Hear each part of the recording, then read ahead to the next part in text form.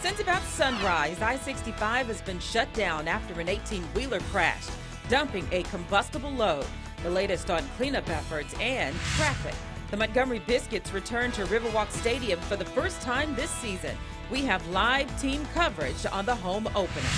The next step in technology is taken in downtown Montgomery as free Wi-Fi is turned on. Polls soon close for Alabama's primary runoffs, the races affecting our area. Live, local. Now, this is WSFA 12 News at 5. Some breaking news now. That 18-wheeler crash we have been telling you about all afternoon that shut down I-65 in Butler County is now clear. Authorities opened the road about 20 minutes ago. An overturned truck impacted thousands of drivers. The crash happening about 6 o'clock this morning there on I-65 south at mile marker 118 between Greenville and Georgiana. State troopers say that the rig was carrying about 8,000 gallons of jet fuel, most of that being dumped out onto the highway. For safety, officials closed down the interstate at exit 128 for nearly 11 hours.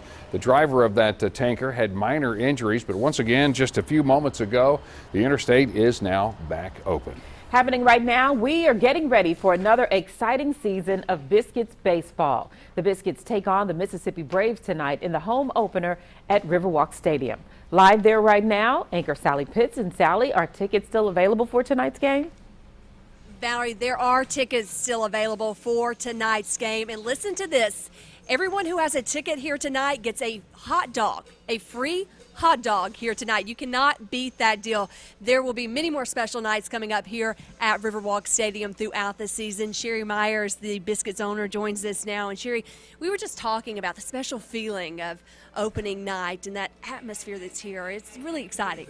It is. I was saying earlier today, y'all have been so great to cover so much stuff, that Tuesday is kind of not always as special, but this one feels really special to me. The team looks good. There's people that have come in from the Rays.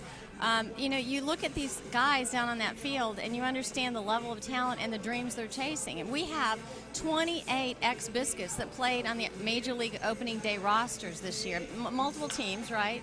And we have 80 that have been a Biscuit and have gone to the majors somewhere in their lifetime already in 12 years. And that's amazing. There's some top prospects out there on that field tonight. What an opportunity to be able to watch this level of talent. Absolutely, but then to look at this level of facility, I mean, it's really, don't you feel the energy tonight? It's really not beautiful. Just because it's opening and the weather is fantastic, but it feels kind of different. I mean, it's really special, I think. If you haven't been to an opening day, wouldn't you just feel like you were missing it? Yeah, you have to come tonight. It's really coming together from the facility to the perfect weather here. You have the team out in the field, but you have your team as well. You told me you have over 200 people on the payroll. Yeah, well, I mean, the front office staff itself is a new bunch. There's about half of them that are new, and they've really worked hard to come together. And so it kind of feels, parent-like to be able to see them get ready. You've been here a lot of today. You've seen how much energy they put into it, whether it's cleaning the concession stands or whatever. And then, yes, on the part-time payroll, there's a lot of people. There'll be probably 140 here tonight that are just part-time. I mean, that's neat, too, that we provide that opportunity for all ages. You seem more relaxed than I have ever seen you, so that's the level of confidence you have in this team. Cannot wait to watch this game tonight. Sherry, thank you so much. Thank you, WSFA. Thank you. First pitch is at 7:05 tonight, and our own Judd Davis will throw out the first pitch before this game gets underway. Valerie, I have confidence in him. I think he's going to do a great job. I do too. Didn't know that about old Judd. Yeah. We want to send it back over to Maria Martin right here. She will be covering the game for us. And Maria, we are ready for some baseball.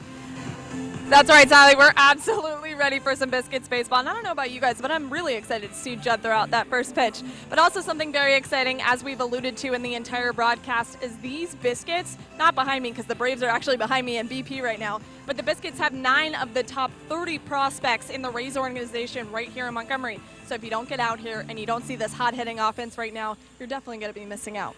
Val? All right, thank you so much, Maria. And again, the fun is set for 7:05 tonight. Be sure to get there early and enjoy the stadium.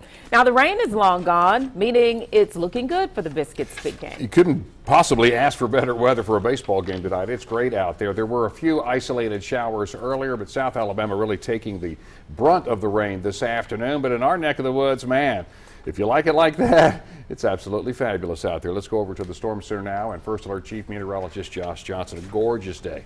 Yeah, really tough to beat this. And, you know, consider where we started, too. And when we woke up early this morning, many of us were dealing with wet weather. It had rained basically all night long with rumbles of thunder, kind of spicing up that area of rain. Today, though, we finally started to trend in a better direction. Things dried out as the day went along, and the night tonight looks phenomenal. It's a dry night across Alabama. We begin with WSFA First Alert radar. Not much cooking here. Alabama is dry at this hour. If you're looking for rain, head south. There's some showers off the Gulf Coast. Otherwise, this is a perfectly dry, perfectly pleasant evening. We'll give you a quick tour here. This is the Alpha Insurance Camera Network. This shot, courtesy of our good friends at Broadview Media. This is downtown Montgomery. Looking like a nice evening there. We'll zip out to East Montgomery, get a check-in on that evening commute. I-85 seems to be rolling along nicely now. 73 degrees. We picked up about 3/4 of an inch of rain out there earlier since midnight. There was rain that fell before that, too, though, so storm total rainfall up over 1 inch in East Montgomery. Much more on your forecast. We've got a lot to discuss. This break in the rain going to be relatively short-lived. We'll talk all about that and your weekend forecast straight ahead. John? Josh, thanks a lot. Folks heading down to see the Biscuits game tonight, or anybody really heading downtown, has a brand new option, free Wi-Fi downtown. Let's go down to Riverwalk Stadium and WSFA 12 News reporter Hannah Lane. And Hannah, this really just got plugged in today. Yeah, John, I've been testing it out too. Been on Facebook, WSFA.com, and been able to get on there without using any data. Now, there's plenty of access points that you can see here. It's those white boxes right there, and you'll see them all throughout the stadium. By the way, this isn't slow internet either. Officials say inside the stadium the speed is at half a gig, which means about 3,000 users can access the internet simultaneously. We're told this is just the first step towards free Wi-Fi downtown. We're going to go to the alleyway and install some more access points, and then we're going to also install some more access points on Commerce Street.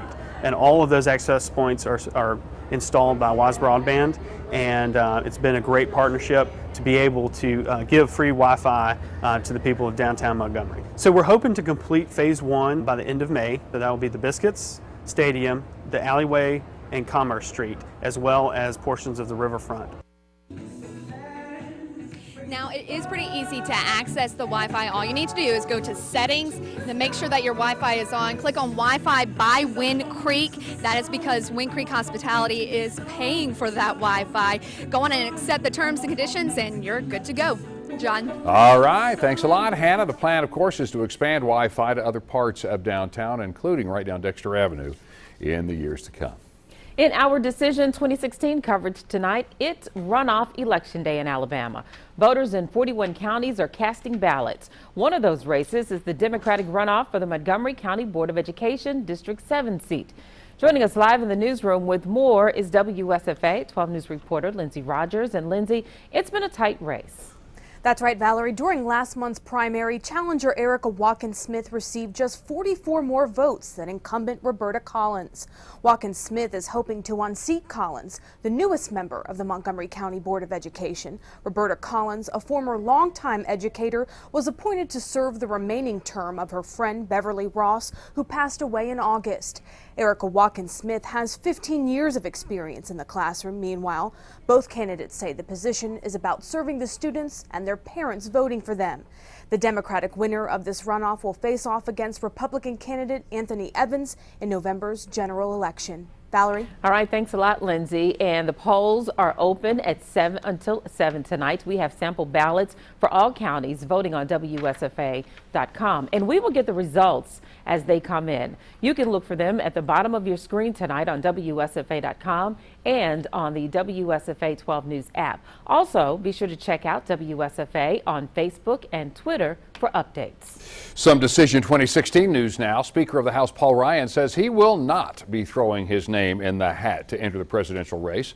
It's been suggested that he re-enter the race if no current Republican hopeful receives the required 1,237 delegates needed to win the Republican nomination.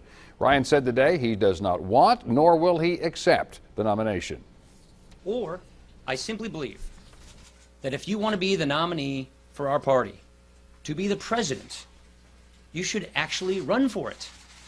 I chose not to do this. Therefore, I should not be considered, period, end of story. I just think it would be wrong to go any other way. At this point, many GOP leaders are worried that the three remaining Republican candidates just won't be strong enough to beat likely Democratic nominee Hillary Clinton come November. Governor Bentley has announced a new cabinet focused on helping more than 1 million kids across the state. The governor announced today the creation of the Alabama Children's Cabinet. The cabinets will align children's programs and services. Well, we're getting an idea of what led to the deadly shooting of a former NFL star down in New Orleans. Next here at 5 o'clock, we'll give you a look at some surveillance video that's been released before the shooting. We'll also update you on the latest on that investigation. And a video gone viral for all the wrong reasons leads to the firing of a school resource officer. And later, a push for equal pay for women goes to the White House.